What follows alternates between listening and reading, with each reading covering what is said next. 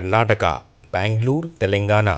2-4 दिनों से Karnataka state TV channels में रियासती वजीर बराए अमकिनो और minority minister BZ Zameer Ahmed Khan पर इल्ज़ाम लगाए जा रहे हैं कि बीजेड ज़मीर अहमद खान ने कर्नाटका के किसानों को धोखा देकर तेलंगाना के लोगों को फ़ायदा पहुंचा रहे हैं। दरअसल कर्नाटका के ज़िला चिकबल्लापुर में एक किसान जो मक्के जवारी का कारोबार करता है, उससे तकरीबन 1,75,00,000 की मक्का जवारी तेलंगाना के 3 लोग मिलकर खरीदते हैं और उस व्यापारी को रुपये नहीं देते। इसको लेकर वो व्यापारी चिकबल्लापुर में इन तीनों के खिलाफ धोखाधड़ी का केस दर्ज करता है। चिकबल्लापुर की पुलिस हैदराबाद जाकर इन लोगों को गिरफ्तार करके लाती है। दूसरे स्टेट में रियासती वजीर बीजेड ज़मीर अहमद खान मीडिया से बात करते हैं कि कोई तबर नामी शख्स इनको फ़ोन करके इन लोगों की मदद करने को कहता है, मगर BZ Zameer Ahmed Khan Chikballapur police station phone call करके इन लोगों की मदद करने को कहते हैं। यहाँ ये बात ज़ेरे गौर है कि अकबर बिन तबर, जो कि हैदराबादी फिल्मों का अदाकार कॉमेडियन है, अक्सर मौक़ों पर रियासती वज़ीर बीजेड ज़मीर अहमद खान के साथ ही नज़र आता है। तो फिर बीजेड ज़मीर अहमद खान ने तबर के ताल्लुक़ से लाइल्मी का इजहार करते हुए कोई का लफ्ज़ क्यों इस्तेमाल किया? बीजेड ज़मीर अहमद खान साहब को ऐसे बयानात से परहेज़ करना चाहिए। उधर तेलंगाना हैदराबाद से अकबर बिन तबर एक वीडियो रिलीज़ करके कहता है कि एक फ़ोन आया कि भाई हमारी मदद करो, क्योंकि कर्नाटका पुलिस ने हमें गिरफ़्तार किया है और यहाँ पर हमें कोई साथ देने वाला नहीं है। यहाँ इत्तेफाक की बात यह है कि अकबर बिन तबर के नाम वाला अकबर पाशा, जो चिकबल्लापुर का रहने वाला है, उसको लेकर कन्फ्यूजन बताया गया है।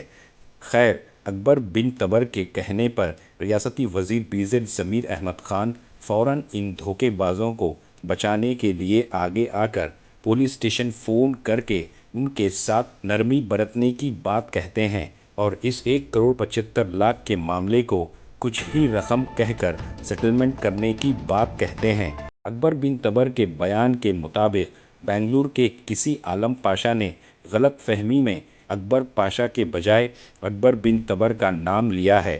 कर्नाटका ख़ास तौर पर बेंगलुरु के लीडर्स एक्टिविस्ट आलम पाशा को अच्छी तरह से जानते हैं, क्योंकि आलम पाशा ने साबिक कर्नाटका के वज़ीर आला BS येदियुरप्पा को अदालत तक घसीटा था। जिस मक्का जवारी के व्यापारी जो पूरी तरह बर्बाद हो गया है, उसने मीडिया से बात करते हुए कहा कि अगर उसको उसका 1,75,00,000 रुपया नहीं मिला तो वो खुदकुशी कर लेगा। सच्चाई क्या है, अभी ये समझ पाना मुश्किल है। तो आइए देखते हैं तफसीली report. Bureau report Atraf TV Urdu news. ನಮಸ್ತೆ ಸರ್. ಸರ್ ನಮಸ್ತೆ ಬ್ರದರ್. ಸರ್. ಬ್ರದರ್ ಏನಿಲ್ಲ, ನಮ್ಮ ಹೈದರಾಬಾದ್ ನಮ್ಮ ಅಕ್ಬರ್ ಬಿನ್ ತಬರ್ ಅಂತ ರಿಲೇಷನ್ ಸರ್. ಯಾವುದೋ ಒಂದು ದುಡ್ಡು ಕೊಡ್ಬೇಕಾಗಿತ್ತಂತ ಯಾರಿಗೋ ಚೀಟಿಂಗ್. ಅಕ್ಬರ್ ಪಾಷಾ ಅಂತ ಹೌದು. ಏನು ಹೈದರಾಬಾದ್ ಇಂದ ಕರ್ಕೊಂಡ್ ಬಂದಿರಂತ ಏನು? ಹೌದು ಸರ್, ಅದೊಂದು ಚೀಟಿಂಗ್ ಕೇಸ್ ಆಗಿದೆ ಸರ್, ಇಲ್ಲಿ ಫೈರ್ ಆಗಿದೆ. ತಗೊಂಡಿರೋದು ನಿಜ. ಅವ್ರು ಹೇಳ್ತಾರ ತಗೊಂಡಿಲ್ಲ ಅವರು. ಹಾಂ ಸರ್. ಒಂಚೂರು ಸಹಾಯ ಮಾಡಿ ಬ್ರದರ್, ನನ್ಗೆ ಭಾಳ ಬೇಕಾಗಿರೋರು. ಸರಿ ಸರ್, ಸರಿ ಸರ್. ಏನು ಮಾಡಕ್ಕೆ ಸಾಧ್ಯತೆ?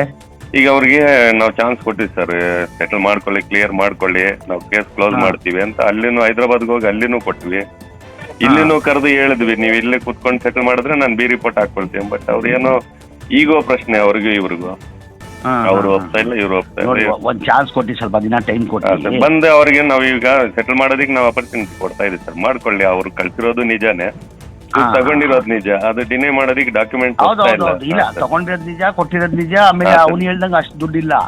ಬಂದು ಕೂತ್ಕೊಂಡು ನನ್ನ ಮುಂದೆ ಹೇಳಿದ್ರೆ ನಾನು ಕ್ಲಿಯರ್ ಮಾಡ್ತಾ ಇದ್ದೆ ಸರ್. ಸುಮಾರು ಅಲ್ಲೂ ಹೈದರಾಬಾದ್ ಸೈಬರಾಬಾದ್ ಅಲ್ಲಿ ಇದೊಂದು ಅವಕಾಶ ಕೊಡಿ ಒಂದು ಸರ್. ಬರ್ಲಿ ಸರ್, ನಾನು ಸೆಟಲ್ ಕ್ಲಿಯರ್ ಮಾಡ್ತೀನಿ. ಯಾರೋ ಬಂದಿದ್ರು ರೈತರ ಕಡೆಯವರು, ಅವ್ರಿಗೆ ನೇರವಾಗಿ ನಾನು ಕೇಳಿದೆ, ನಾನು ಏನ್ರಿ ಮಾತಾಡಿದೆ, ಈಗ ನಾವು ಸರ್ಕಾರದಲ್ಲಿ ಮಂತ್ರಿ ಇದ್ದೀನಿ, ಯಾರನ್ನ ಏನಾಗ್ತದೆ ಸಹಾಯ ಮಾಡಿ ಅಂತ ನಮ್ಮ ತಾವು ಬರ್ತಾರೆ. ಯಾರೋ ತಬರ್ ಅಂತವರು ಬಂದರು, ಯಾರೋ ಅಕ್ಬರ್ ಅಂತವ್ರನ್ನ ಏನೋ ಅರೆಸ್ಟ್ ಮಾಡಿಬಿಟ್ಟಿದ್ದಾರೆ. ಈ ಥರ ದುಡ್ಡು ಯಾರಿಗೂ ಕೊಡ್ಬೇಕಂತ ಹೇಳ್ಬಿಟ್ಟು ದುಡ್ಡು ತೊಗೊಂಡಿರೋದು ನಿಜ. ಅವ್ರು ಹೇಳೋಷ್ಟು ದುಡ್ಡಿಲ್ಲ, ಕಡಿಮೆ ಇದೆ ದುಡ್ಡು, ಅದೇನಿರೋದು ಕೂತ್ಕೊಂಡು ಕಾಂಪ್ರಮೈಸ್ ಮಾಡಪ್ಪ ಅಂತ ಹೇಳಿರೋದು. ನಾನು ಅವ್ರನ್ನ ಬಿಟ್ಬಿಡಿ, ಇಲ್ಲಿಗಲ್ ಆಗಿಬಿಡಿ, ದುಡ್ಡು ತೊಗೊಂಡ್ಬಾರ್ದು ಅಂತ ಏನಾರು ಹೇಳಿದ್ದೀನ? ಫೋನಲ್ಲಿ ಏನು ಹೇಳಿದ್ದೀನಿ ನಾನು? ನೋಡ್ರಿ ಯಾರೋ ಅಕ್ಬರ್ ಅಂತ ಇದ್ದಾರೆ ಅಂತ ಅರೆಸ್ಟ್ ಮಾಡ್ಕೊಂಡು ಬಂದಿರಂತೆಲ್ಲ ಅವ್ನು ದುಡ್ಡು ತೊಗೊಂಡಿರೋದು ನಿಜ. ಅದು ಅವ್ನು ಕೂತ್ಕೊಂಡು ಅಷ್ಟಿಲ್ಲ, ಅವ್ರು ಹೇಳೋಷ್ಟು ಅಷ್ಟಿಲ್ಲ ದುಡ್ಡು, ಕಡಿಮೆ ತೊಗೊಂಡಿದ್ದಾರೆ ಅಂತ ಕೂತ್ಕೊಂಡು ರಾಜಿ ಮಾಡಿ ಸೆಟಲ್ ಮಾಡ್ರಿ ಅಂತ ಹೇಳಿದ್ದೀನಿ. ತಪ್ಪೇನಿದೆ ಅದು? ತಪ್ಪೇನಿದೆ? ಆಮೇಲೆ ಅಕ್ಬರೂ ಲೋಕಲ್ ಚಿಕ್ಕಬಳ್ಳಾಪುರವನೇ, ಅಕ್ಬರ್ ಮೂಲತಃ ಅವನು ಚಿಕ್ಕಬಳ್ಳಾಪುರವೇ. ಈಗ ನಮ್ಮ ತಾವು ಬರ್ತಾರೆ ಸಾಯಿಗೆ, ಈಗ ನಸೀರ್ ಅಹಮದ್ ಸಾಹೇಬ್ರದ್ದು 1000 ಜನ ಬರ್ತಾರೆ, ನಮ್ಮ ತಾವು ಬರ್ತಾರೆ. ನಾನು ಫೋನ್ ಮಾಡಿ ಇಲ್ಲಿಗೆಲ್ಲ ಬಿಡ್ಬಿಡಿ ಅವನ್ನ, ದುಡ್ಡು ಕಲೆಕ್ಟ್ ಮಾಡೋಂಗಿಲ್ಲ ಹಂಗೇನಾದ್ರು ಹೇಳಿದ್ದೀನಿ ನಾನು. ಈಗ ಅವ್ರು ತೊಗೊಂಡಿದ್ರೆ ಅವ್ರು ಕೊಳ್ಳೇಬೇಕು. ಈಗ ತೊಗೊಂಡಿದ್ದಿದ್ರೆ ಈಗ ರಾಮಕೃಷ್ಣಗೆ ಅದು ಹೇಳಿದೆ, ನಾವು ಯಾರಿಗೂ ಅನ್ಯಾಯ ಮಾಡಲ್ಲ, ನಾವು ಯಾರಿಗೂ ಇದು ಮಾಡೋಕ್ಕೆ ಹೋಗಲ್ಲ. ಅವನೇನಾದ್ರು ಅಕ್ಬರ್ ತೊಗೊಂಡಿಗೆ ಲೀಗಲ್ ಆಗಿ ತೊಗೊಂಡು ವಸೂಲಿ ಮಾಡ್ಕೊಳ್ಳಿ, ನೀವು ಕಾನೂನು ಪ್ರಕಾರ ವಸೂಲಿ ಮಾಡ್ಕೊಳ್ಳಿ. ಈಗ ನಾನೇನಂದೆ ಅವತ್ತು ಫೋನಲ್ಲಿ, ನೋಡ್ರಿ ಯಾರೋ ನನ್ನ ಸ್ನೇಹಿತರು ಬಂದು ಹೇಳಿದ್ದಾರೆ ಅಕ್ಬರ್ ಅಂತ ಹೇಳ್ಬಿಟ್ಟು ಯಾರೋ ಅರೆಸ್ಟ್ ಮಾಡಿದ್ರು ಅಂತಿಲ್ಲ, ಅವ್ನು ದುಡ್ಡು ತೊಗೊಂಡಿರೋದು ನಿಜ, ಅವನು ಹೇಳೋಷ್ಟು ದುಡ್ಡಿಲ್ಲ, ಹೆಚ್ಚು ಕಡಿಮೆ ಇದೆ, ಕೂತ್ಕೊಂಡು ಮಾಡಿ ಸೆಟಲ್ ಮಾಡಿ ಅಂತ ಹೇಳಿದ್ದೀನಿ ನಾನು. ತಪ್ಪೇನಿದೆ ಅದು? ನೀವು ಮಾತಾಡಿದ್ರೆ ಕೇಳಿಸ್ಕೊಂಡ್ರಿ, ಒಂದೇ ಒಂದು ನಿಮಿಷ. ತಾವು ಮಧ್ಯಪ್ರವೇಶ ಮಾಡಿದ್ದಕ್ಕೆ ಆರೋಪಿ ಈಗ ಬೇಲ್ ತಗೊಂಡು ಆಚೆ ಹೋಗಿದೆ. ಆದ್ರೆ ಈಗ ಬೇಲ್ ನಾನು ಕೊಟ್ಟಿದ್ದೀನಾ? ಈಗ ಅರೆಸ್ಟ್ ಮಾಡಿದ್ದಾರೆ, 10 ದಿನ ಕಸ್ಟಡಿಯಲ್ಲಿ ಇದ್ದ ಅಂತ. ಒಂದು ನಿಮಿಷ ಗುರುಗಳೇ, ಈಗ ನಾನು ಹೇಳಿದ ತಕ್ಷಣ ಅವ್ನು ಬಿಟ್ಬಿಟ್ರ? ಈಗ ಅವನು 10 ದಿನ ಸ್ಟೇಷನಲ್ಲಿದ್ದ, ಕೋರ್ಟ್ಗೆ ಹೋದ, ಕೋರ್ಟಿಂದ ಬೇಲ್ ತಗೊಂಡ, ಬೇಲ್ ತಗೊಂಡು ಆಚೆ ಬಂದಿರೋದು. ಈಗ ಬೇಲ್ ಕೊಟ್ಟಿರೋದು ಯಾರು? ನ್ಯಾಯಾಲಯ ಕೊಟ್ಟಿರೋದು. ವ್ಯಕ್ತಿ ಮಾತಾಡ್ತಿರುವಂತ ಮಾತೇನು ಗೊತ್ತಾ ಸರ್, ನಾನು 2 ಕೋಟಿ ನಾನು ಅವ್ರಿಗೆ ಕೊಡಬೇಕು, ನನ್ನ ಜೈಲಿಗೆ ಹಾಕ್ಸಿ ನಾನು ಕೊಡಲ್ಲ, ಈಗ ಏನ್ ಮಾಡ್ಕೊಂಡು ಈಗ ಅವ್ರದ್ದು ವ್ಯವಹಾರ ನಾನೇನು ಮಾಡೋಕ್ಕಾಗ್ತದೆ ಸರ್? ಈಗ ನಂತ ಸಹಾಯಕ್ಕೆ ಬಂದಿದ್ರು, ಈಗ ನೀನು ಬರ್ತೀಯಾ ಬ್ರದರ್, ಯಾರಿಗಾನ ನೀನು ಕರ್ಕೊಂಡು ಬರ್ತೀಯಾ ಸರ್? ನಮ್ಮವ್ರಿಗೆ ಅನ್ಯಾಯ ಆಗಿದೆ, ಸ್ವಲ್ಪ ಹೇಳಿ ಸರ್, ನಾನು ಹೇಳಲ್ಲ ಅಂತ ಹೇಳಕ್ಕಾಗ್ತದ? ನಾವು ಸರ್ಕಾರ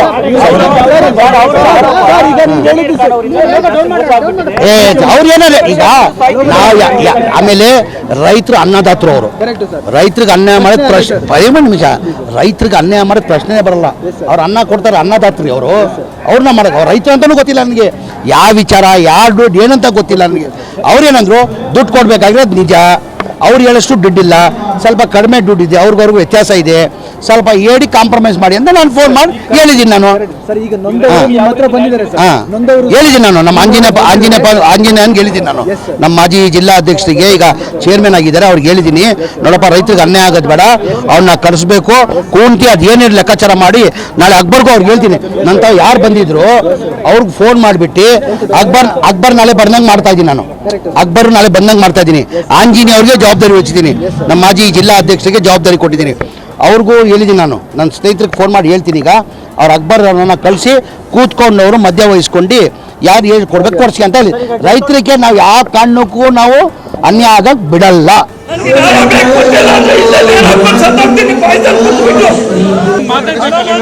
ಒಳಗಡೆ ಹೋಗಿಲ್ಲ, ನಾನು ರೋಡಲ್ಲಿ ಕುತ್ಕೊಂಡಿದ್ದೀನಿ.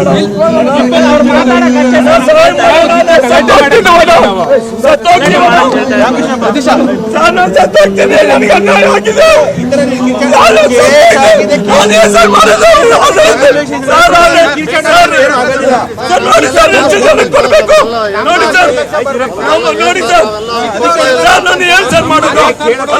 ನಾನು ಇವಾಗ ಸತ್ತೋಗ್ತೀನಿ, 5 ನಿಮಿಷ ನಾನು ಮಾತಾಡ್ಕೊಳಕ್ಕೆ ಅವಕಾಶ ಮಾಡ್ಕೊಳ್ಳೋಣ, ನಾನು ಸತ್ತೋಗ್ತೀನಿ. ಇಲ್ಲೇ ಇಷ್ಟೆಲ್ಲ ಮೋಸ ಮಾಡಿದ್ದಾರೆ ನಮ್ಗೆ. ಅಲ್ಲ, ಒಂದೇ ಒಂದು ನ್ಯಾಯ ಕೊಡ್ಬೇಕಲ್ಲ, ಬಂದಿರೋದಲ್ಲ ನಾನು. ನಾವೇನ್ ಮಾಡಿದ್ರೆ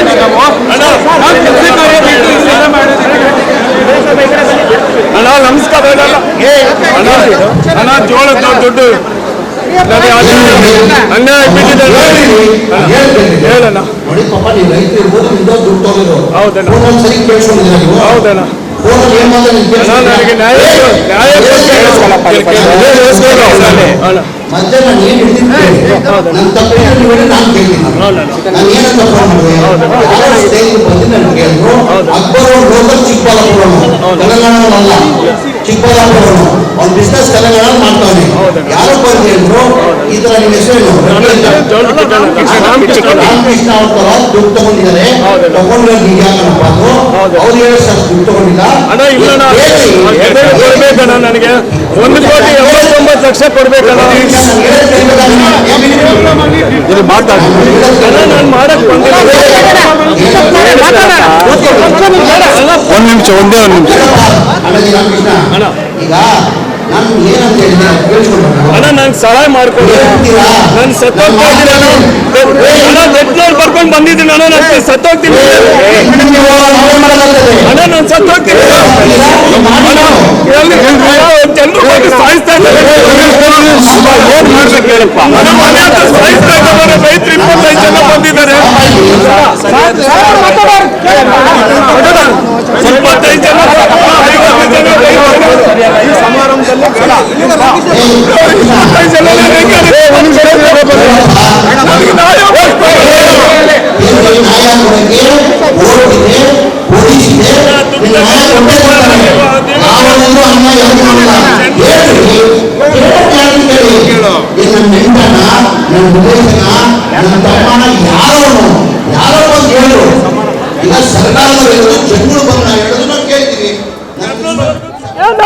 ಅಣ್ಣ ನಮ್ಮ ಸಂಬಂಧಿಕರು ಬಿಟ್ಟು ಕಳಿಸಿ ಅಂದ ತಕ್ಷಣ ಬಿಟ್ಟು ಕಳಿಸ್ತಾ ಅಣ್ಣ. ನಾವ್ ಏನಣ್ಣ ಮಾಡೋದು? ದಿನ 100 ಜನ ರೈತರು ಬಂದು ನಮ್ಮ ಮನೆ ಹತ್ರ ಟಾರ್ಚರ್ ಕೊಡ್ತಾ ಇದ್ರು. 2-3 ತಿಂಗಳಿಂದ ನಮ್ಮ ಊಟ ಸರಿಯಾಗಿ ಮಾಡಿಲ್ಲ, ನಿದ್ದೆ ಮಾಡಿಲ್ಲ. ನಾವು ನೋಡೋಣ ಯಾವ ಗತಿಗೆ ಬಂದಿದ್ದೀವಿ. ನಾವ್ ಏನಾದ್ರು ತಪ್ಪು ಮಾಡಿದ್ರೆ ನಮಗೆ ಬಿಡ್ತಾ ಇದ್ರು. ಯಾರಿಗಾದ್ರೂ ತಪ್ಪು ಮಾಡಿದ್ರೆ ಎಲ್ಲ ಕೇಳೋಣ. ನಮ್ದು 2 ಕೋಟಿ ಯಾಕೆ ಮುನಿಸ್ತೋದು? ಕಳ್ಳಕ್ಕೆ ಸಪೋರ್ಟ್ ಮಾಡಿದವರು, ಕಳ್ಳಕ್ಕೆ ಸಪೋರ್ಟ್ ಮಾಡೋದು. ನಾನು ಕಾಂಗ್ರೆಸ್ ಕಾರ್ಯಕರ್ತ, ನನ್ನ ಲೈಫೆಲ್ಲ ದುಡ್ದಿದ್ದೀನಿ. ಇದೆಲ್ಲ ಮಾಡೋದಿಲ್ಲ. ನನಗೆ ನ್ಯಾಯ ಬರೋವರೆಗೂ ಇಲ್ಲ ಅಣ್ಣ. ನಾನು ಸಾಯೋದಂತ ಗ್ಯಾರಂಟಿ ಅಣ್ಣ. ನಾಳೆ ಸಾಯಂಕಾಲವರೆಗೂ ನಾನು ಡೆತ್ ನೋಟ್ ಮಾಡಿಸಿ ಎಲ್ಲರಿಗೂ ಕೊಟ್ಟಿದ್ದೀನಿ. ಸಾಯೋದಂತ ಗ್ಯಾರಂಟಿ. ನೇರ ಹಾಕೊಂಡು ಸತ್ತೋಗ್ತೀನಿ. ಅದಕ್ಕೆ ಕಾರಣ ಜಮೀರ್ ಅಹಮದ್. ನನಗೆ ನ್ಯಾಯ ಕೊಟ್ಟಿಲ್ಲ ಅಂದ್ರೆ ಇಲ್ಲ ಸತ್ತೋಗ್ತೀನಿ ಅಣ್ಣ. ನಮ್ಮ ಪ್ರಾಣ ಇಂತ ಇದ್ದಾರೆ. ನಮ್ಮ ಮನೆ ಹತ್ರ ನಮ್ಗೆ 2-3 ಮಕ್ಕಳು ಇದ್ದಾರೆ. ಎಲ್ಲ ಭಯ ಬಿದ್ದುಬಿಟ್ಟಿದ್ದಾರೆ ನಮ್ಮ ಮನೆಯಲ್ಲಿರೋಕ್ಕೆ. ಎಲ್ಲ ಒಟ್ಟಾಗ್ತಾ ಇದ್ದು ಮನೆ ಬಿಟ್ಟು ಬಚ್ಚಿಟ್ಕೊಂಡಿದ್ದೀನಿ 3 ತಿಂಗಳಿಂದ.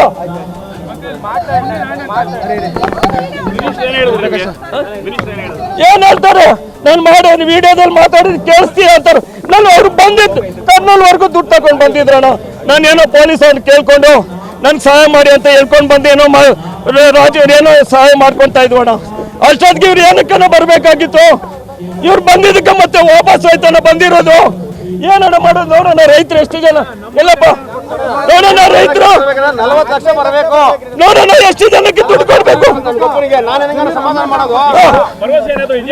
ಅಣ್ಣ ನಾನು ಸತ್ತೋಗೋದು ಒಂದೇ ಭರವಸೆ ಅಣ್ಣ. ಅವ್ರು ನನಗೆ ನ್ಯಾಯ ಕೊಟ್ಟು ಹೋಗಿಲ್ಲ ಅಂದ್ರೆ ನಾನು ಸಾಯಂಕಾಲವರೆಗೂ ನನ್ನ ಪ್ರಾಣ ಇರೋಲ್ಲ ಅಣ್ಣ. ನನಗೆ ನ್ಯಾಯ ಬೇಕು. ನೋಡೋಣ ಎಷ್ಟು ಜನಕ್ಕೆ ನೋಡೋಣ ಏನು ಜವಾಬ್ ರೈತರಿಗೆ. 2 ತಿಂಗಳಿಂದ ಮನೆಯಲ್ಲ ನಾನು ಅವರೆಲ್ಲ ನಾನು ಇಲ್ಲ ಮನೆಯಲ್ಲಿ. ನನಗೋಸ್ಕರ ಅವ್ರು 20 ಜನ ಬಚ್ಚಿಟ್ಕೊಂಡಿರ್ತಾ ಇದ್ರು. ಸರ್ ನೇಣು ಹಾಕ್ಸ್ತಾ ಇದ್ರು, ಸೂಟ್ ಮಾಡಿಸ್ತಾ ಇದ್ರು ನಮ್ಮನ್ನ. ನಮಗೆ ನ್ಯಾಯ ಕೊಡು. ನಿನ್ ಮಿನಿಸ್ಟರ್ ಅಂದ್ರೆ ನಿನ್ ಮನೆಯಲ್ಲಿ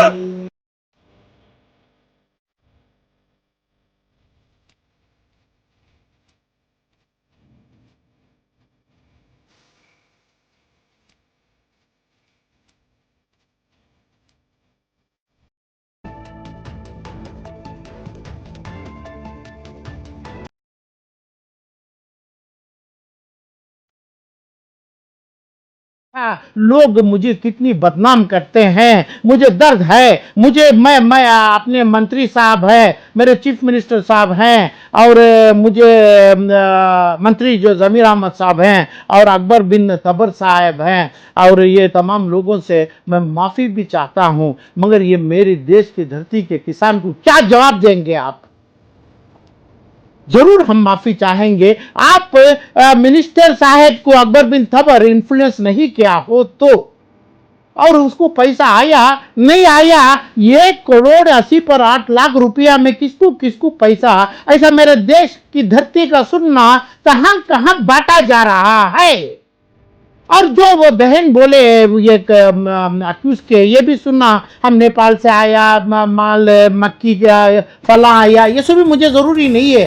मगर जब तक मेरी धरती का सुनना जो बाहर का इंसान खा के और उसके पीछे और कभी दारू भी पीला, नशे में भी रहा, मेरी देश की धरती का आलम पाशा जरूर बोलेगा, हानेरेबल चीफ मिनिस्टर को बोलेगा, हानेरेबल गवर्नर साहब को लिखा है कर्नाटक के, ये लिखा है कि भाई आपकी ओन इंटेलिजेंस वीडियो भेजा है, वो वीडियो में ये है कि भाई आप एक मिनिस्टर साहब होम करते हैं, वो होम मिनिस्टर साहब को बोलना है, होम मिनिस्टर प्रिंसिपल सेक्रेटरी को बोलते हैं, और principal secretary DIG of police को बोलते हैं, वहाँ से कमिश्नर साहब को आता है, बाद डीसीपी को आता है, बाद एसीपी को आता है, बाद सर्कल इंस्पेक्टर को आता है, बाद पीएसए को आता है। ये फोन डायरेक्ट कैसे आ गए? आलम पाशा को इसके लिए माफ़ी पूछूं क्या? डायरेक्ट आता है यहाँ तक, जब चीफ मिनिस्टर साहब को पता नहीं है। और ये बोलते हैं कि भाई हमें सिर्फ बोला है अकबर बिन थबर को, हम बोला है वो उनके हैं, अब उन्होंने फला है। और कई गलत वदंती भी है कि भाई अकबर बिन तबर को अरेस्ट कर लिए, नहीं, अरेस्ट नहीं कर सकते हैं, अरेस्ट नहीं किए हैं। ये आराम की जिंदगी, अय्याशी की जिंदगी सऊदी अरब में गुजार रहे हैं। वो फिग्यूटिव हो गए ये नहीं बोल रहा हूं मैं, क्यों होंगे, अपना इन्फ्लुएंस करते हैं, अपने कॉमेडी में मेरे देश की धरती का सुन्ना खाते हैं, मेरे किसान की मेहनत का पैसा खाते हैं। ये जो बंदा इसमें बोले हैं ये सुनना हैदराबाद वासियों के लिए बहुत जरूरी है। कन्नड़ा ट्रांसलेशन कर लीजिए, सुनो कि भाई एक मुस्लिम कौम के लोग मुझे तकलीफ दिया है, तो मुसलमान आलम पाशा नहीं है क्या?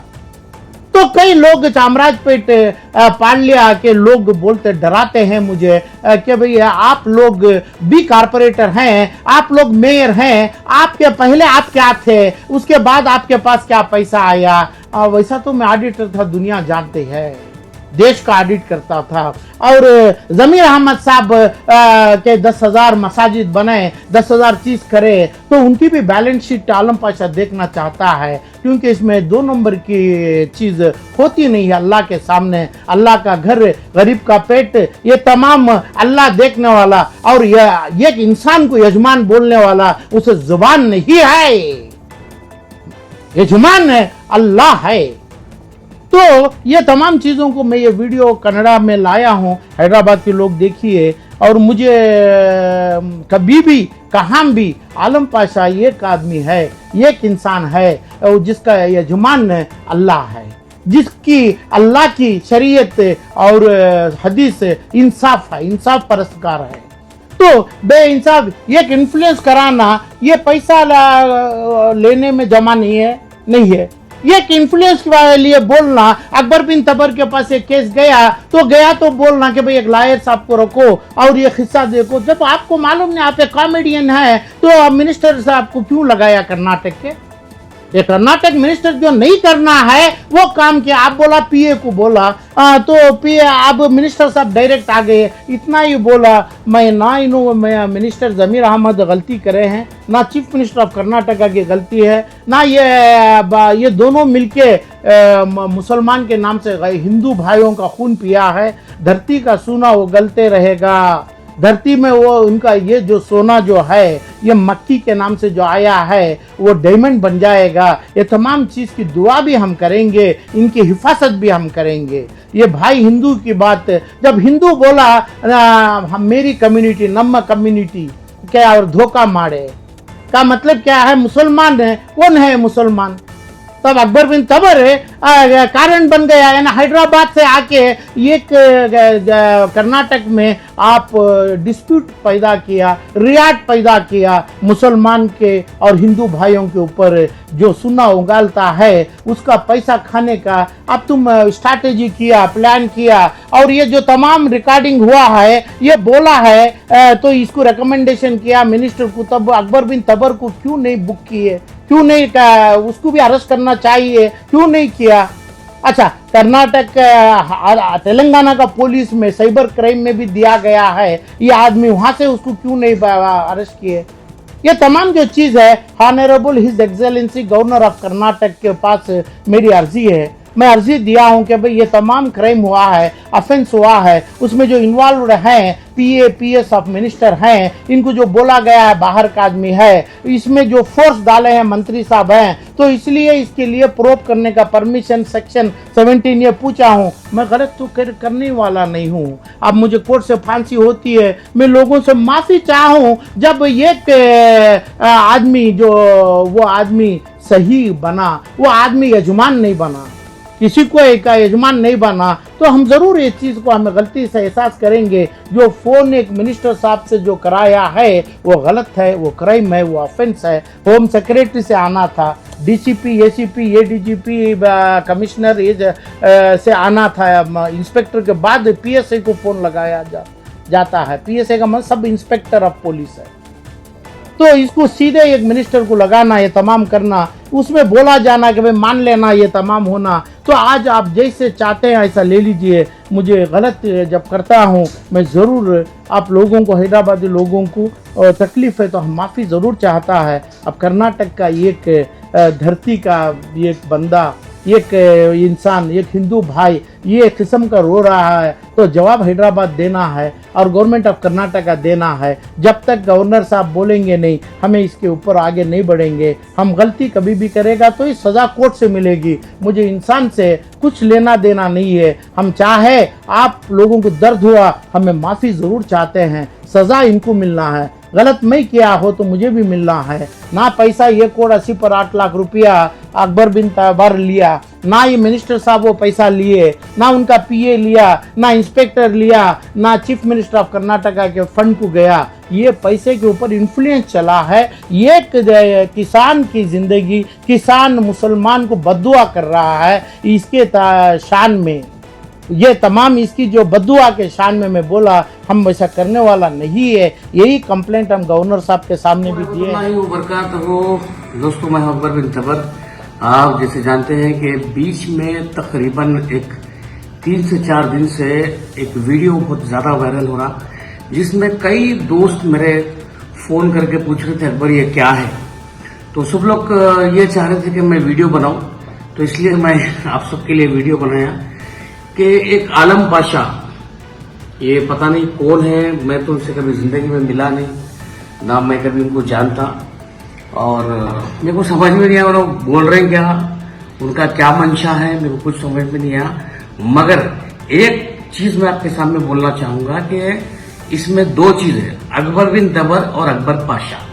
अकबर पाशा जो है, जो बेंगलुरु में एक मकई का बिजनेस किए, ठीक है, किसी के साथ किए, तो उनका लेन देन उनके साथ था। उनके साथ क्या मसला हुआ मेरे को नहीं मालूम, मगर मेरे को किसी के जरिए एक फोन आया कि भाई थोड़ी आपकी मदद होना। तो मैं बोला भाई क्या बोलिए। तो उन्होंने मेरे को ये बोले कि भाई हमारे अकबर पाशा जो है उनको हैदराबाद से कर्नाटक की पुलिस आके अरेस्ट करके लेके गई। उनको वहां पे बहुत मार रहे और कोई बचाने वाला नहीं है और हमारे को कोई हमारी बात सुनने वाला नहीं है। आप जमीर भाई के साथ में रहते जो मिनिस्टर है, उन्होंने बहुत दयालु आदमी है, दयावान है। मैं बोला बेशक बराबर बात है, आप बोलिए हुआ क्या।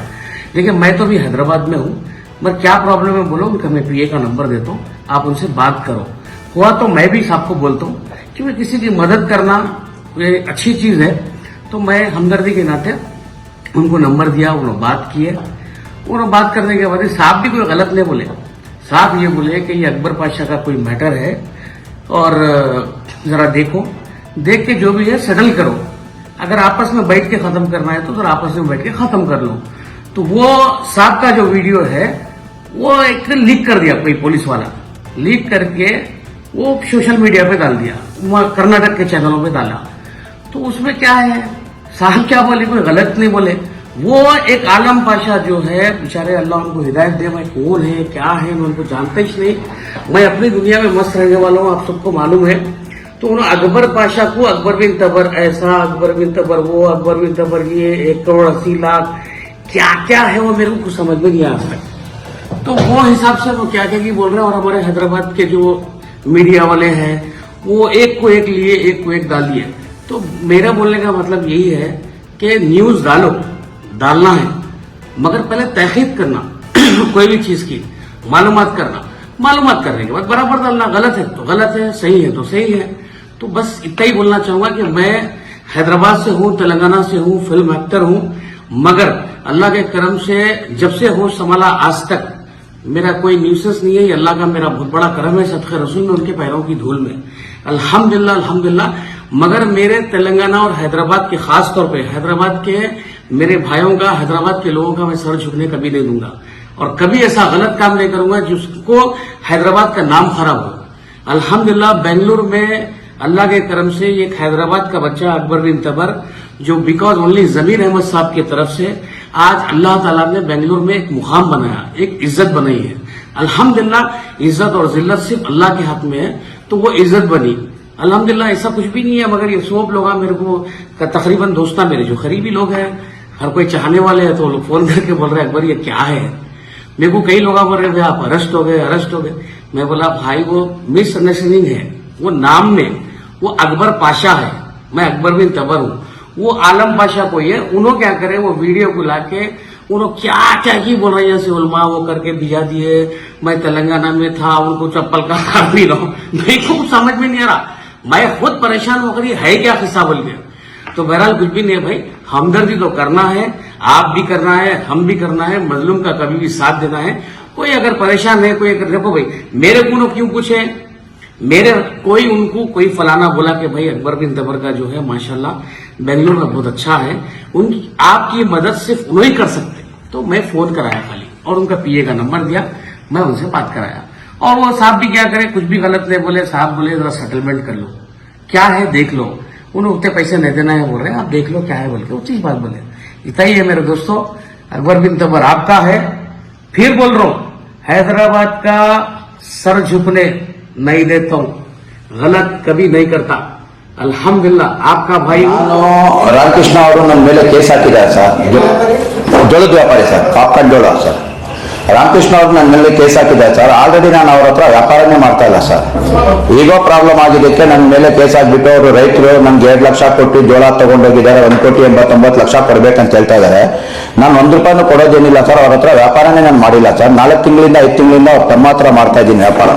ಈಗೋ ಪ್ರಾಬ್ಲಮ್ ಆಗಿದ್ದಕ್ಕೆ ನಮ್ಗೆ ಈ ಕೇಸಲ್ಲಿ ಇಟ್ಕೊಂಡಿದ್ದಾರೆ, ನಂದು ನನ್ನ ಮಗಂದು ನನ್ನ ಹೆಂಡತಿದು ನಂಬರ್ ಅಕೌಂಟ್ ನಂಬರ್ ಎಲ್ಲ ಕೊಡ್ತೀನಿ ಸರ್। ನಾನು 1 ರೂಪಾಯಿನೂ ಅವರಿಂದ ಮಾತಾಡಿಲ್ಲ, 1 ರೂಪಾಯಿನೂ ಕೊಳ್ಳಿಲ್ಲ, 1 ರೂಪಾಯಿನೂ ನಾನು ತಗೊಂಡಿಲ್ಲ ಸರ್, ಸುಮ್ಮನೆ ನನಗೆ ಈ ಕೇಸಲ್ಲಿ ಇಸ್ಕೊಂಡ್ಬಿಟ್ಟು ನನಗೆ ಜಾಸ್ತಿ ಪ್ರಾಬ್ಲಮ್ ಕೊಟ್ಟಿದ್ದಾರೆ ಸರ್। ನನಗೆ ಇಷ್ಟು ಪ್ರಾಬ್ಲಮ್ ಕೊಟ್ಟಿದ್ದಾರೆ ಸರ್, ಹೇಳಕ್ಕಾಗಲ್ಲ। PS ತಗೊಂಡೋಗಿ ನನಗೆ ಬಟ್ಟೆ ಎಲ್ಲ ಅವ್ರು ತೆಗಿಬಿಟ್ಟು ರಾಮಕೃಷ್ಣ ಕಸ್ಟಡಿಯಲ್ಲಿ ಇದ್ದೀನಿ ಸರ್, ನಾನು 15 ದಿವಸ ಯಾರು ಕೇಳೋರಿಲ್ಲ ಸರ್, ನನಗೆ 13 ದಿವಸ ನನಗೆ ಯಾರು ಕೇಳೋರಿಲ್ಲ ಸರ್। ನಮ್ಮ ಮನೆಯವ್ರು ಬಂದ್ರೆ ಮನೆ ಕೊಳ್ಸೋಕ್ಕೂ ನೋಡಿಲ್ಲ ಸರ್ ನಮ್ಮ ಮನೆಗೆ, ನನ್ನ ವೈಫ್ ಅಂದ್ರೆ ವೈಫ್ ತೋರಿಸಿಲ್ಲ ಸರ್ ನನಗೆ 3 ದಿವಸ, ನನಗೆ 2 ದಿವಸ ರಾಮಕೃಷ್ಣ ಬರೋದು, ಹೊಡೆಯೋದು, ಉಮ್ಸೋದು, ಬಯಸೋದು ಸರ್ ನನಗೆ ಜಗದೀಶ್ ಸರ್ ಹೇಳ್ತಾ ಇದ್ದಾರೆ ನನ್ನ ಕಸ್ಟಡಿ ಅಲ್ಲಪ್ಪ ಇರೋದು ನೀನು, ರಾಮಕೃಷ್ಣ ಕಸ್ಟಡಿಯಲ್ಲಿ ಅಂತ ಹೇಳ್ತಾರೆ ಸರ್ ನನಗೆ।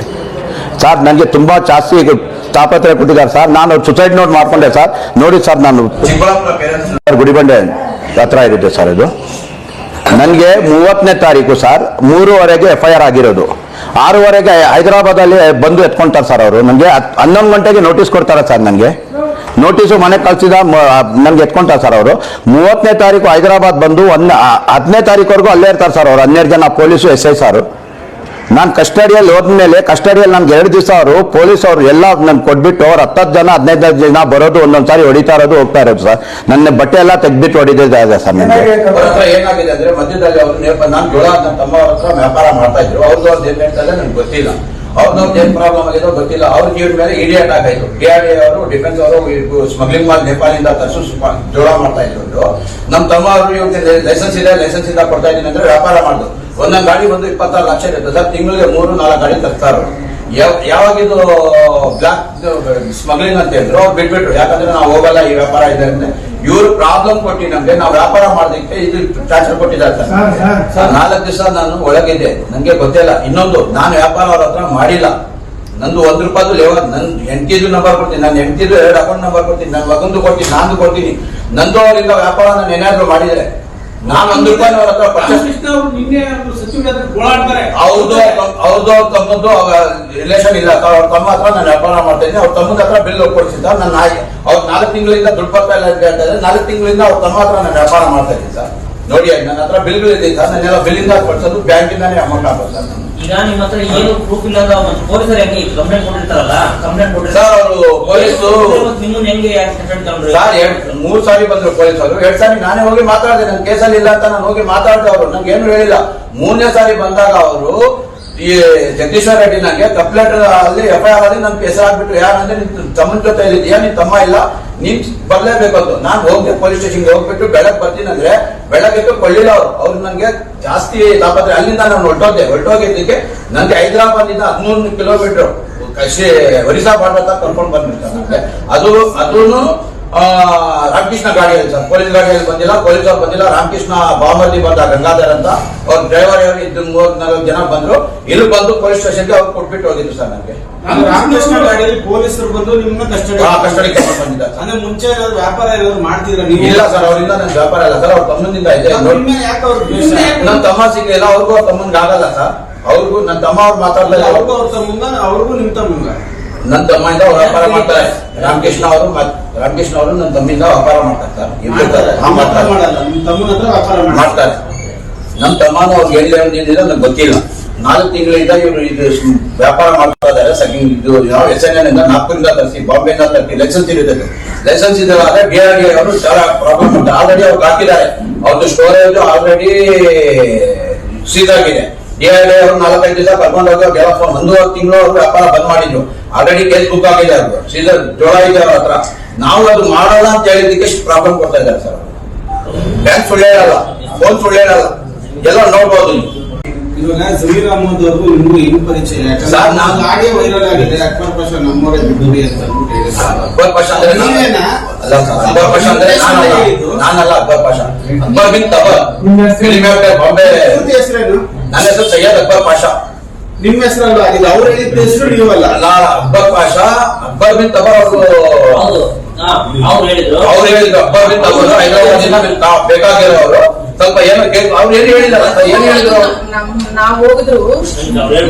ಈಗ ನೀವು ಹೇಳಿದ್ರಿ ನಿಮ್ಮ ಹೆಸರೆಲ್ಲ ಯಾರೋ ಫಿಲ್ಮ್ ಅಕ್ಬರ್ ಪಾಷಾ ಅಕ್ಬರ್ ಬಿನ್ ತಬರ್ ಅಂತ ಜಮೀರ್ ಅವ್ರು ಹೇಳಿದ್ರು.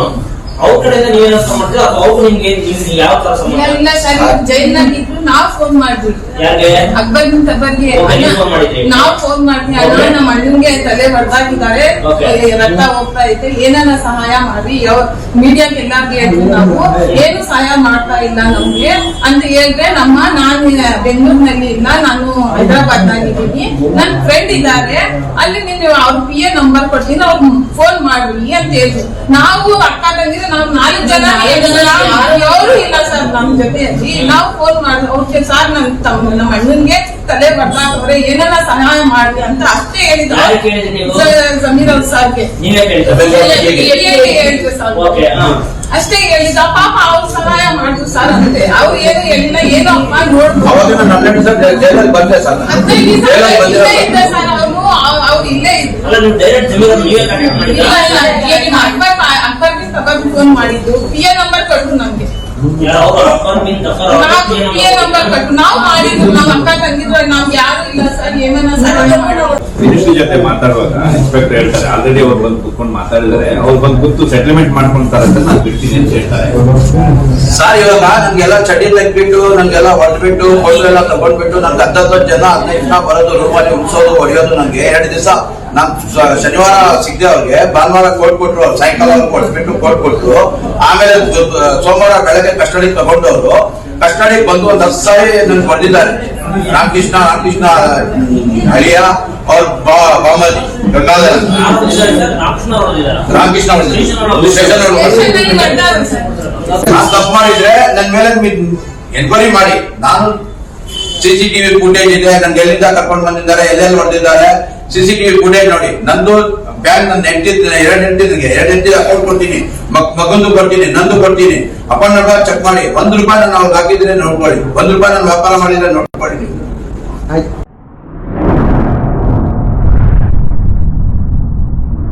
अतराफ TV, हर बात सच के साथ।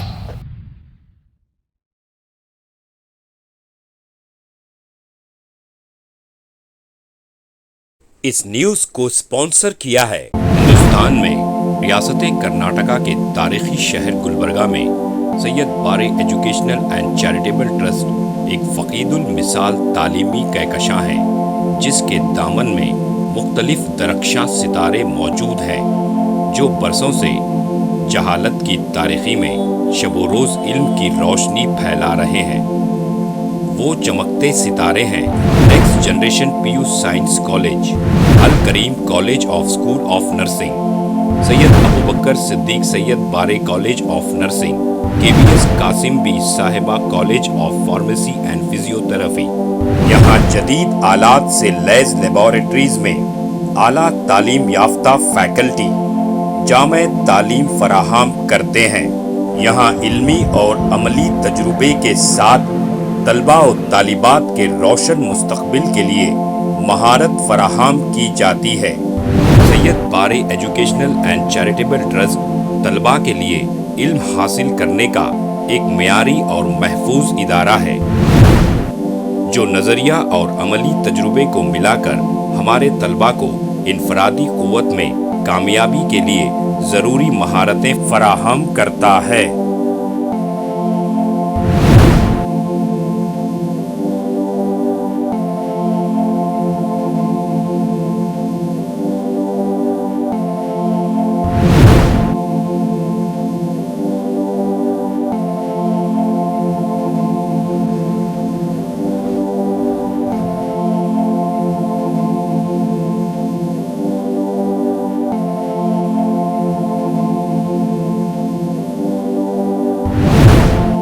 तलबा और तालिबात की आमद और रफ्त के लिए यहाँ बसेस का बेहतरीन इंतज़ाम है।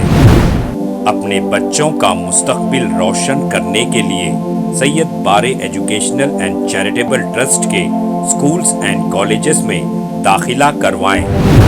नाजरीन, आज हमारे सामने तशरीफ फरमा है शहर गुलबर्गा की कदावर और हमागीर शख्सियत माहिर तालीम Syed Bare educational and charitable trust के चेयरमैन जनाब सैयद अब्दुल रहीम सैयद बारे। अस्सलाम वालेकुम रहमतुल्लाहि व बरकातहू। बिस्मिल्लाहिर्रहमानिर्रहीम। मैं सैयद अब्दुल रहीम सैयद बारे, chairman Syed Bare educational and charitable trust Gulbarga, बादशाहों और जिम्मेदार वालिदैन से मेरी अजीज़ाना गुजारिश है कि वो अपने बच्चों और बच्चियों का दाखिला हमारे स्कूलों और कॉलेजों में करवा के उनका मुस्तकबिल रोशन करें। SAR फैंटेसी वाटर पार्क, सारे फैमिली का एंटरटेनमेंट, पिकनिक, हॉलिडे, वेकेशन, सबके लिए बेहतरीन वाटर पार्क। आप भी आइए, सबको लाइए। SAR fantasy water park.